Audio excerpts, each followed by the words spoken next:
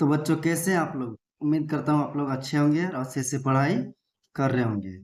तो आज मैं आप लोग को पढ़ाने वाला हूँ क्लास 10th चैप्टर 1 बायोलॉजी जैव प्रक्रम, जिस जो मोस्ट वीवीआई सब्जेक्टिव क्वेश्चन है ये। तो आइए देखते हैं क्वेश्चन क्या है। तो पहला क्वेश्चन है, जैव प्रक्रम क्या है, उदाहरण सहित समझाएं। जैव प्रक्रम वह क्रियाएं होती है जो जीवित रहने के लिए जरूरी होती है, जैसे खाना, पचना, सांस लेना, पसीना आना और उत्सर्जन आदि। वही सारी क्रियाएं जो भी चीज से हम लोग बचे रहते हैं या फिर जीवित रह सकते हैं, जिस चीज को करके उस वही सारी क्रियाएं क्या कहलाएंगी, जैव प्रक्रम कहलाएंगी। उदाहरण, पाचन, श्वसन सांस लेना छोड़ना, उत्सर्जन की गंदे पदार्थ को निकालना। तीसरा है, यह वाला उदाहरण है प्रजनन, ये इसका मतलब होता है जन्म देना। यदि हाँ वीडियो यदि थोड़ा भी हेल्पफुल लगे आप लोग को तो वीडियो को लाइक और चैनल को सब्सक्राइब कर दीजिएगा, ताकि जो है थोड़ा सा मोटिवेशनल मिले। और बेल आइकन को प्रेस कर दीजिएगा, लाइक जरूर कीजिएगा। तो नेक्स्ट सवाल नंबर 2 है, पोषण क्या है, इसके प्रकार बताएं। तो बच्चों आज मैं आप लोग को बहुत ही आसान तरीके से सरल भाषा में बताने वाला हूँ। तो पोषण क्या है? पोषण वह प्रक्रिया है, इनकी प्रोसेस है जिसमें जीव खाना प्राप्त करते हैं और उसे शरीर में क्या करते हैं, उपयोग करता है। जो भी प्रोसेस से खाना प्राप्त करता है उसे पोषण कहते हैं। तो पोषण के प्रकार 2 हैं। पहला है स्वपोषण, जैसे इसको बोलते हैं इंग्लिश में ऑटोट्रोफिक। जैसे पौधों में क्या पाया जाता है, पौधों में पाया जाता है स्वपोषण, खुद ही भर खाना बनाते हैं और खुद ही खा लेते हैं। दूसरा है परपोषण, हेटेरोट्रोपिक, इसको इंग्लिश में बोला जाता है।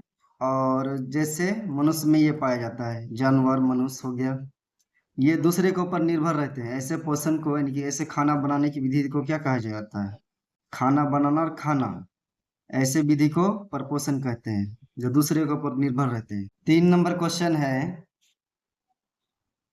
प्रकाश संश्लेषण क्या है, इसकी रासायनिक समीकरण लिखिए। प्रकाश संश्लेषण किसे कहते हैं? तो ऐसे समझिए, यदि हम लोग भोजन बनाते हैं किचन में, उसी तरह पौधा भी अपना भोजन बनाते हैं पत्ता में। तो पत्ता में जब भोजन बनाते हैं उसमें क्या क्या लेते हैं, उसमें लेते हैं सूर्य से प्रकाश, कार्बन डाइऑक्साइड लेते हैं और क्लोरोफिल उसका पत्ता में होता है। और ये जो होता है पानी लेता है, मिट्टी से पानी लेते हैं। इस चारों मिला के वो अपना भोजन बनाते हैं। इसी प्रोसेस को क्या कहते हैं, प्रकाश संश्लेषण कहते हैं। तो इसका जवाब है, जब पौधे सूर्य की रोशनी से अपना भोजन यानी कि खाना बनाते हैं तो उसे प्रकाश संश्लेषण कहते हैं। बिल्कुल आसान भाषा में लिखा हुआ है।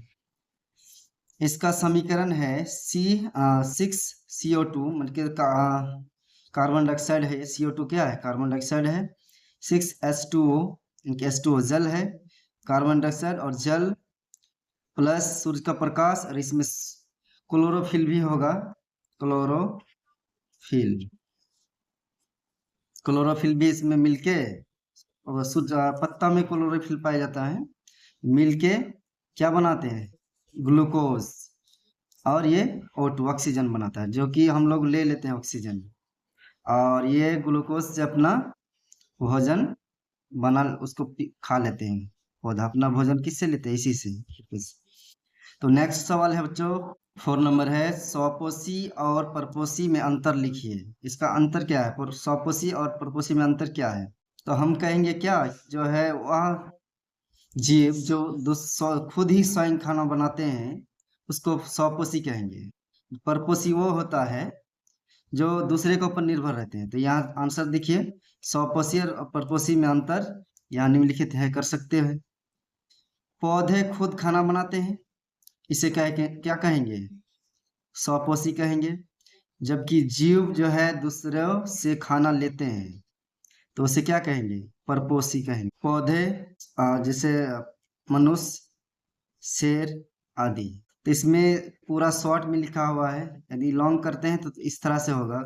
जैसे वह पोषण की प्रक्रिया जिसमें खुद खाना बनाते हैं उसे स्वपोषी कहते हैं। और वह प्रक्रिया, पोषण की वह प्रक्रिया जिसमें दूसरे के ऊपर निर्भर रहते हैं खाने के लिए, उसे परपोषी कहेंगे। तो 6 नंबर क्वेश्चन है, मनुष्य में भोजन का पाचन कहाँ से होता है? तो मनुष्य में भोजन का पाचन कहाँ से होता है? मुंह से ही शुरू होते हैं। तो भोजन जो है कार्बोहाइड्रेट का पाचन होता है मुंह में ही। उसके बाद आमाशय में प्रोटीन का पाचन होता है।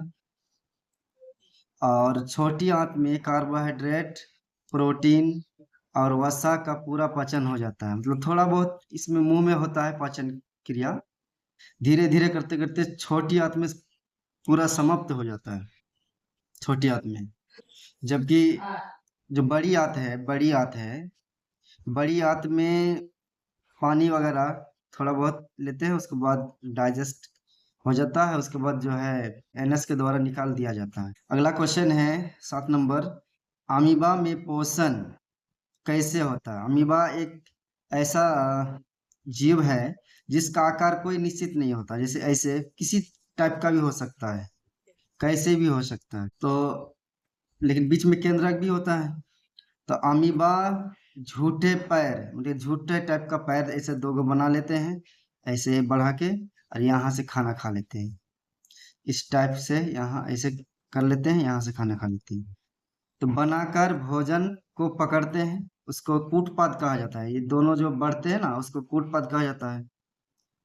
भोजन को पकड़ता है और खा लेता है, इसे फैगोसाइटोसिस कहते हैं। तो अगला क्वेश्चन है, श्वसन क्या है? इसके प्रकार बताएं। श्वसन हम लोग बोलते हैं कि सांस लेना छोड़ना। सांस लेना छोड़ना श्वसन नहीं होता है, बल्कि ये श्वासोच्छ्वास होता है। तो श्वसन किसे कहते हैं? श्वसन वह प्रक्रिया है जिसमें भोजन में मौजूद ग्लूकोज टूटकर ऊर्जा देती है। और ये 2 प्रकार के होते हैं, एरोबिक यानी वायवीय श्वसन, एनाएरोबिक मतलब बिना ऑक्सीजन का होता है ये, और इसको अवायवीय श्वसन कहा जाता है, अवायवीय, इस तरह। तो 9 नंबर क्वेश्चन है, मानव में गैसों का आदान प्रदान कैसे होता है? तो गैस जो होता है, मनुष्य फेफड़ों के जरिए ऑक्सीजन लेता है और कार्बन डाइऑक्साइड बाहर निकलता है। यह प्रक्रिया क्या कहलाता है? श्वसन कहलाता है। और यह प्रक्रिया श्वसन तंत्र से ही होती है। शॉर्टकट में लिखा हुआ है, जैसे पहले नाक से सांस लेते हैं, ऑक्सीजन लेते हैं, फिर श्वास नली में पहुंचते हैं, फिर फेफड़ा में पहुंचते हैं, अल्वियोलाई इस सब में पहुंच के उसके बाद फिर निकल जाते हैं। तो इस वीडियो में इतना ही। ये बहुत ही वीवीआई क्वेश्चन थे जो एग्जाम यानी कि 2026 के लिए मोस्ट इम्पोर्टेंट था।